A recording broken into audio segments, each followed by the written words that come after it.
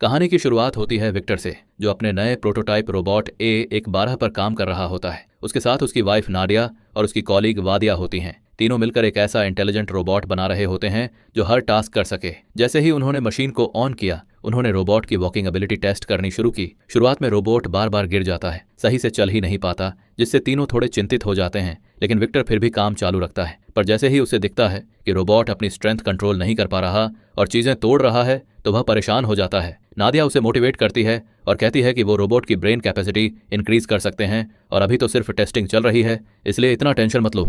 धीरे धीरे रोबोट चलना सीख लेता है। ये प्रोग्रेस देखकर तीनों बहुत खुश हो जाते हैं। ट्रेनिंग के साथ रोबोट और इम्प्रूव होता जाता है और वो लोग रिजल्ट से बहुत खुश होते हैं। एक दिन काम करते वक्त नाडिया को उसके बेटे मिशा का कॉल आता है। वह बिजी होती है तो कॉल कट करके टेक्स्ट कर देती है कि पापा से बात करो। फिर वह विक्टर से कहती है कि देख कर आओ मिशा क्या चाहता है। विक्टर जब मिशा को कॉल करता है, मिशा कहता है, डैड प्लीज मुझे स्कूल से पिक कर लो, मुझे यहाँ अच्छा नहीं लग रहा और मैं मैथ्स की क्लास छोड़ रहा हूँ। विक्टर उसे डांट देता है और कहता है, बहाने बनाना बंद करो और पढ़ाई पर ध्यान दो, वरना तुम्हें मिलिट्री स्कूल भेज दूंगा। ये सुनकर मिशा गुस्सा हो जाता है और कॉल कट कर देता है। तभी कुछ शरारती बच्चे उस पर हंसने लगते हैं। गुस्से में मिशा क्लास में जाकर टीचर से पूछता है, क्या आर्टिस्ट बनने के लिए मैथ जरूरी है? टीचर हाँ बोलती है और लियोनार्डो दा विंची का एग्जाम्पल देती है। कहती है कि वो इंजीनियर भी था, पेंटर भी, और उसने बहुत सारे प्रोटोटाइप मॉडल्स बनाए थे। ये सुनकर मिशा और इरिटेट हो जाता है। बाद में जब टीचर होमवर्क कलेक्ट करती है, मिशा ने एक भी मैथ का आंसर नहीं लिखा होता। पूरा पेज ड्राइंग से भरा होता है। टीचर उसकी ड्राइंग की तारीफ करती है, लेकिन याद दिलाती है कि यह मैथ क्लास है और उसे टेस्ट में फेल कर देती है। वहीं लैब में विक्टर रोबोट की वॉइस टेस्ट करता है। उसे पता चलता है कि नाडिया और वादिया ने रोबोट के अंदर एक बच्चों जैसा वॉइस मॉडल इंस्टॉल कर दिया है। ये देखकर विक्टर बहुत गुस्सा हो जाता है। सबसे बड़ी प्रॉब्लम यह थी कि वॉइस चेंज करने का टाइम नहीं था, क्योंकि वो ऑलरेडी मीटिंग के लिए लेट हो रहे थे। मीटिंग के दौरान उन्होंने कमिटी को ट्रेनिंग वीडियोस दिखाए। जनरल नोटिस करता है कि A1 से 12 टारगेट को सही समय पर सेव नहीं कर पाया और थोड़ा स्लो रिएक्ट करता है। वह कहता है रोबोट को अभी बहुत इंप्रूवमेंट की जरूरत है। विक्टर समझाने की कोशिश करता है कि रोबोट ने मिशंस कंप्लीट किए, लेकिन जनरल कहता है कॉम्बैट में 1 सेकंड की डिले भी कई लोगों की जान ले सकती है। वह रोबोट की वॉइस को भी बहुत बुरा बोलता है और उसे फिक्स करने को कहता है। वह डिमांड करता है कि रोबोट की पावर और स्पीड को इंक्रीज किया जाए। इस बीच घर जाते वक्त मिशा की मुलाकात उसके दोस्त ग्रांट से होती है, जो रोड स्वीप करता है। मिशा बताता है कि टीचर ने उसे प्रिंसिपल के ऑफिस भेजा है। ग्रांट उसे कंफर्ट करता है और कहता है जरूरत पड़ने पर वह पेरेंट्स की जगह स्कूल आएगा, पर मिशा मना कर देता है और चला जाता है। लैब में विक्टर A1-12 से टेस्ट रिजल्ट्स खराब होने का रीजन पूछता है। रोबोट कहता है शायद आज उसका दिन अच्छा नहीं था। ये सुनकर विक्टर और गुस्सा हो जाता है। रोबोट जल्दी से टॉपिक चेंज करता है और पूछता है क्या वह विक्टर की फैमिली फोटो देख सकता है। वह फैमिलीज के बारे में समझना चाहता था। विक्टर कहता है ये सब बकवास है और उसे इन बातों पर ध्यान नहीं देना चाहिए।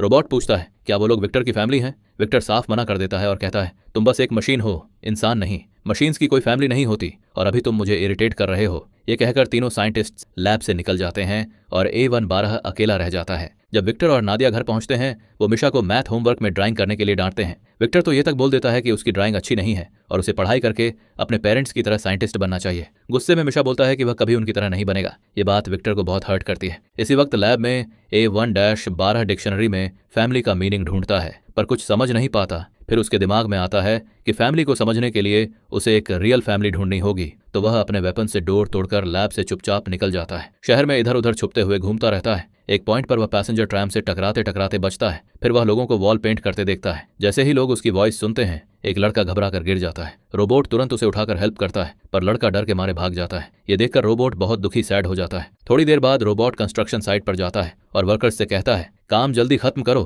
क्योंकि नॉइस एरिया को डिस्टर्ब कर रहा है। वो लोग डर कर भाग जाते हैं। रोबोट लैब से ली गई फोटो देखता है और सोचता है उसकी फैमिली कहाँ होगी। अगले दिन विक्टर और उसकी टीम लैब पहुंचते हैं और उन्हें पता चलता है कि रोबोट भाग चुका है। इस समय क्लास में टीचर रोबोटिक्स कंपटीशन अनाउंस करती है और कहती है सबको रजिस्टर करना होगा। मिशा खड़ा हो जाता है। टीचर पूछती है वो क्यों पार्टिसिपेट नहीं करना चाहता, जबकि वो खुद को आर्टिस्ट बोलता है। ये सुनकर मिशा एम्बैरेस हो जाता है और गुस्से में क्लास से निकल जाता है। तभी A1-12 मिशा के घर के बाहर पहुंचता है। वह अपनी रोबोटिक फिंगर से एक की बनाता है और डोर अनलॉक कर देता है। अंदर जाकर वह मिरर में खुद को देखकर उदास हो जाता है, क्योंकि वह अभी भी अकेला फील करता है। तभी उसे दरवाजा खुलने की आवाज आती है और वह छिप जाता है। मिशा घर आता है, अपना बैग फ्लोर पर फेंकता है और बाथरूम जाता है। हाथ धोने के बाद वह रोबोट को देखता है, जो उसके लिए टॉवल पकड़कर खड़ा होता है। ये देखकर मिशा शॉक्ड हो जाता है, पैनिक करता है और सिंक से टकरा जाता है। रोबोट उसकी मदद करने की कोशिश करता है और कहता है वह उसका ट्रीटमेंट करेगा। मिशा भागकर अपने रूम में जाकर बेड पर चढ़ जाता है। रोबोट कहता है वह उसे हर्ट नहीं करेगा, सिर्फ हेल्प करना चाहता है। जब रोबोट देखता है कि मिशा ठीक है,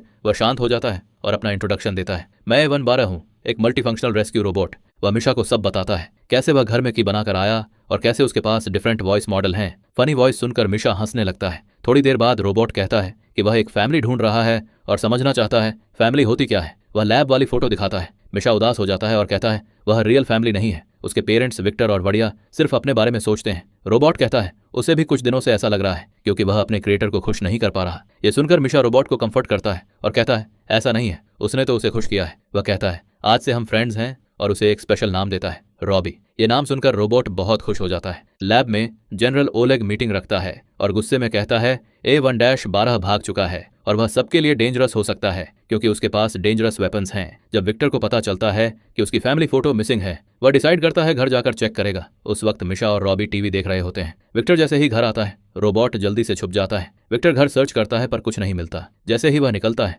मिशा रॉबी को अपना कंप्यूटर दे देता है ताकि वह और चीजें सीख सके। रॉबी कुछ ही मिनटों में बहुत कुछ पढ़ लेता है। फिर मिशा उसे उस जगह ले जाता है जहां उसका दोस्त ग्रांट काम करता है और आर्ट बनाता है। रॉबी ड्राइंग्स देखकर पूछता है ये परफेक्टली सिमेट्रिकल क्यों नहीं है। मिशा कहता है आर्ट को सिमेट्री की जरूरत नहीं होती, बस खूबसूरत लगना चाहिए। फिर मिशा रॉबी को विंडो के पास ले गया और दोनों ने सनसेट देखा। ये खूबसूरत नजारा देखकर रॉबी बहुत खुश हो गया। मिशा उससे कहता है देखो कल तुम्हें छुप कर रहना होगा, मुझे स्कूल जाना है। इसके बाद रॉबी वर्कशॉप में अकेला रह गया। जाते जाते मिशा उसे एक पेन दे गया ताकि वह ड्राइंग कर सके। उधर जनरल ओलेग के आदमी उसे रिपोर्ट दे रहे थे कि उन्होंने शहर का काफी बड़ा हिस्सा सर्च कर लिया है, लेकिन अभी तक रोबोट का कोई पता नहीं चला। जनरल ने तुरंत ऑर्डर दिया कि लैब के आसपास सिक्योरिटी बढ़ाई जाए और पूरे सिटी में इमरजेंसी अलर्ट भेज दिया जाए ताकि अगर कोई रोबोट को देखे तो तुरंत रिपोर्ट करे। कुछ घंटों बाद घर में विक्टर, नाडिया और मिशा डिनर कर रहे थे। नाडिया ने नोटिस किया कि विक्टर बहुत उदास लग रहा है तो उसने पूछा कि क्या हुआ। विक्टर ने भारी आवाज में कहा कि आज बॉस ने बोल दिया है कि लैब कभी भी बंद हो सकता है। विक्टर बताता है हमारे पास A1-12 नाम का रोबोट था और वो गायब हो गया। अगर उसे जल्दी नहीं ढूंढा और डिस्ट्रॉय नहीं किया गया तो हम सबकी नौकरी चली जाएगी।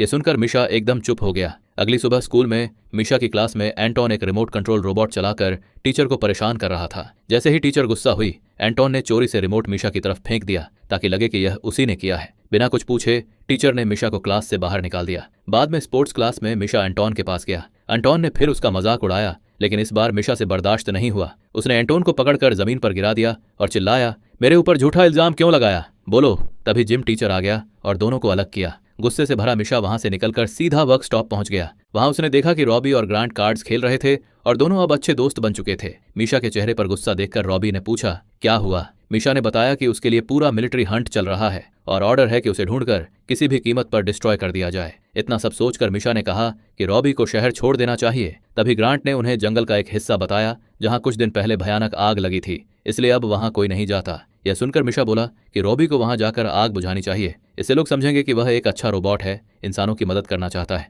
और शायद तब उसे डिस्ट्रॉय नहीं किया जाएगा। आइडिया सुनकर तीनों बहुत खुश हो गए। उसी समय वर्कशॉप का दरवाजा पुलिस ने जोर से खटखटाया और अंदर आने की मांग की। ग्रांट ने उन्हें रोका और बहाना बनाया कि वह अभी बिजी है। इस बीच मिशा और रॉबी तेजी से टेरेस की ओर भागे। भागने लिए रॉबी ने मिशा को अपने शोल्डर्स पर बैठाया और अपने जेट बूस्टर से रूफटॉप्स के ऊपर से उड़ गया। पुलिस ने हेडक्वार्टर्स को रिपोर्ट भेजी कि रोबोट एक बच्चे को किडनैप करके भाग रहा है और वे दोनों पीछा कर रहे हैं। भागने के दौरान मिशा का फोन भी गिर गया। जब उन्हें लगा कि पुलिस ने उन्हें घेर लिया है, रॉबी ने एक बहुत बड़ा जंप लिया और मिशा के साथ वहां से निकल गया। न्यूज चैनल्स ने तुरंत ब्रेकिंग न्यूज चलाई कि रोबोट A1-12 फरार है। ग्रांट से इंटरव्यू लिया गया, लेकिन जर्नलिस्ट्स ने उसे रोबोट का हॉस्टेज समझ लिया, इसलिए पुलिस ने उसे अरेस्ट नहीं किया। उधर रॉबी और मिशा एक अधूरी बिल्डिंग के ढांचे में बैठे बात कर रहे थे। मिशा गुस्से में कहता है कि लोग रॉबी के बारे में झूठी कहानियां बना रहे हैं और मीडिया में उसकी गलत इमेज फैला रहे हैं। रॉबी कहता है कि शायद उसके कम्युनिकेशन सर्किट्स में प्रॉब्लम है, इसलिए उसके टेस्ट्स खराब हुए थे। मिशा ने उसे समझाया कि वह ओवरथिंक न करे, वह हार्ड वर्किंग है और एक अच्छा रोबोट है। ये सुनकर रॉबी बहुत खुश हुआ। उसने मिशा को एक थर्मल ब्लैंकेट दी और दोनों ने साथ में मूवी देखी। कुछ देर बाद मिशा उदास होकर बोला कि आज पहली बार उसे माँ की गुड नाइट नहीं मिली। रॉबी ने उसे घर छोड़ने का ऑफर दिया, लेकिन मिशा ने मना कर दिया। कहा कि अगर वह घर गया तो लोग रॉबी को डिस्ट्रॉय कर देंगे, उसे टुकड़ों में बांट देंगे। यह सुनकर रॉबी इमोशनल हो गया कि कोई उसकी इतनी केयर करता है। अगली सुबह कंस्ट्रक्शन वर्कर्स की आवाज से दोनों उठे। मिशा ने कहा कि उन्हें अपना भेष बदलना होगा ताकि कोई उन्हें पहचान ना सके। साथ ही वे जंगल की आग बुझाने जा सकते हैं, जिससे लोग मानेंगे कि रॉबी हेल्पफुल है और शायद तब उसे डिस्ट्रॉय नहीं किया जाएगा। इसी बीच घर पर वाडिया विक्टर और नाडिया के पास आई और बोली कि लैब ऑफिशियली बंद हो चुका है। विक्टर पुलिस स्टेशन गया ये पूछने कि क्या उन्हें रोबोट या मिशा मिला। उधर रॉबी और मिशा सर्कस पहुंच गए। सर्कस वर्कर्स से बात करके उन्होंने क्लाउन कॉस्ट्यूम्स पहन लिए ताकि कोई रॉबी को पहचान न सके। कुछ समय बाद मिशा ने रॉबी को कहा कि वह यहीं रुके जबकि वह टिकट्स लेकर आता है। तभी एंटोन और अलिया वहां पहुंच गए और मिशा को देखकर हैरान रह गए। उन्होंने बताया कि उन्होंने उसे न्यूज में मिसिंग चाइल्ड के रूप में देखा है। मिशा ने रॉबी को बुलाया और समझाया कि लोग उसके बारे में झूठ फैला रहे हैं, वह बिल्कुल वैसे नहीं है जैसा कहा जा रहा है। रॉबी को क्लाउन कॉस्ट्यूम में देखकर कुछ बच्चे डर गए, लेकिन मिशा ने उन्हें समझाया कि रॉबी उसका दोस्त है और वह उसे सेफ जगह ले जा रहा है। उधर विक्टर जनरल के पास जाकर उसे मनाने की कोशिश कर रहा था कि लैब बंद न किया जाए, लेकिन जनरल ने साफ कहा कि उसका डिसीजन फाइनल है और जहां भी रोबोट मिलेगा उसे डिस्ट्रॉय कर दिया जाएगा। विक्टर टूटे मन से वहां से निकल गया। अपना सबसे इंपॉर्टेंट प्रोजेक्ट खोने का दुख साफ उसके चेहरे पर था। सर्कस में मिशा ने एंटोन और अलिया को कहा कि वे रॉबी के पास रहें जब तक सोनो व बस टिकट लेकर आता है। उन्हें जंगल जाकर आग बुझानी थी ताकि रॉबी की इमेज साफ हो सके। मिशा ने उनसे वादा लिया कि वे ये बात किसी को नहीं बताएंगे और दोनों ने हाँ भी कर दी। लेकिन जैसे ही मिशा गया, एंटोन ने रॉबी से पूछा कि क्या वह सच में न्यूज जैसा स्टंट कर सकता है या सब फेक था। रॉबी एक्साइटेड हो गया और अपना क्लाउन कॉस्ट्यूम उतार कर अपनी एबिलिटीज दिखाने लगा। मिशा ने चुपके से अपना फोन निकाला और रिकॉर्डिंग शुरू कर दी। यह देखकर अलिया गुस्से से भर गई। एंटोन बोला कि उसे फर्क नहीं पड़ता, रोबोट बचे या मरे, वह ये वीडियो इंस्टाग्राम पर डालकर बहुत फॉलोअर्स ले लेगा। अलिया उसकी इस हरकत से परेशान होकर वहां से चली गई। एंटोन भी निकल गया और रॉबी अलिया से बात करने लगा। तभी 2 गार्ड्स ने मिशा को पकड़ लिया क्योंकि उन्होंने उसे मिसिंग चाइल्ड अलर्ट में पहचान लिया था। कुछ देर बाद विक्टर को पुलिस स्टेशन से कॉल आया कि उनका बेटा मिल गया है। वह तुरंत पहुंच गया। पुलिस स्टेशन में विक्टर ने मिशा को गले लगाया और कहा कि रोबोट डेंजरस है। मिशा ने कहा कि रॉबी उसका दोस्त है और वह जनरल जैसा नहीं है। उसने बताया कि उसने रॉबी को अपने फ्रेंड्स के पास छोड़ा है और विक्टर को वहां ले गया, प्रॉमिस लेकर कि वह रोबोट को रिपोर्ट नहीं करेगा। विक्टर आखिरकार तैयार हो गया। वहां पहुंचकर एलिया ने रॉबी को नया लुक दिया था। विक्टर ने देखा कि रॉबी अब पहले से भी बेहतर बात कर रहा है और उसकी थिंकिंग भी इंप्रूव हो गई है। तभी पुलिस कार्स आ गईं। मिशा को समझ आ गया कि अब बड़ी समस्या आने वाली है। सभी लोग कार्गो शिप वेयरहाउस की ओर भागे, लेकिन सोल्जर्स ने उन्हें चारों तरफ से घेर लिया। जनरल ओलेग ने ऑर्डर दिया कि बच्चों को हटाया जाए ताकि वह अपने इलेक्ट्रोमैग्नेटिक वेपन से रोबोट को डिस्ट्रॉय कर सके। विक्टर ने विरोध किया, लेकिन ओलेग ने फोर्स इस्तेमाल करने का फैसला कर लिया। तभी एक कंटेनर का केबल टूट गया और कंटेनर सीधे जनरल के ऊपर गिरने वाला था। जनरल भागने की कोशिश कर रहा था, लेकिन रॉबी तुरंत आगे कूद पड़ा और अपने पूरे बल से कंटेनर को रोक लिया। सबकी जान बचा ली, लेकिन कंटेनर बहुत भारी था। रॉबी की मेटल बॉडी टूटने लगी, उसके पार्ट्स अलग होने लगे। उसने सबको पीछे हटने को कहा। मिशा अपनी आंखों के सामने अपने दोस्त को टूटते देखकर वह बुरी तरह रो पड़ा। कुछ ही पलों बाद कंटेनर रॉबी के ऊपर गिर गया और उसे पूरी तरह क्रश कर दिया। जनरल को एहसास हुआ कि जिसे वह डिस्ट्रॉय करना चाहता था उसी रोबोट ने उसकी जान बचाई। बाद में कंटेनर हटाया गया। मिशा अपने टूटे हुए दोस्त से लिपट कर रोता रहा और उससे गुड बाय कहा। विक्टर ने उसे दिलासा देने की कोशिश की। तभी अचानक मिशा ने रॉबी की रिएक्टिवेशन की आवाज सुनी। रॉबी अभी भी थोड़ा बहुत फंक्शनल था। सब लोग खुशी से उछल पड़े। उन्होंने रॉबी को उठाया, सपोर्ट दिया और वहां से निकल गए। कुछ दिनों बाद मिशा ने अपनी एडवेंचर ड्राइंग्स रॉबी और आलिया को दिखाईं, जो सबको बहुत पसंद आईं। अंत में सब जाकर डिनर टेबल पर बैठे और रॉबी ने नाडिया से फोन मांगा ताकि वह अपनी फैमिली के साथ एक फोटो ले सके। और इसी के साथ ये मूवी यहीं पर खत्म होती है। तो वीडियो अगर पसंद आई हो तो चैनल को सब्सक्राइब करके बेल आइकन जरूर दबा लें।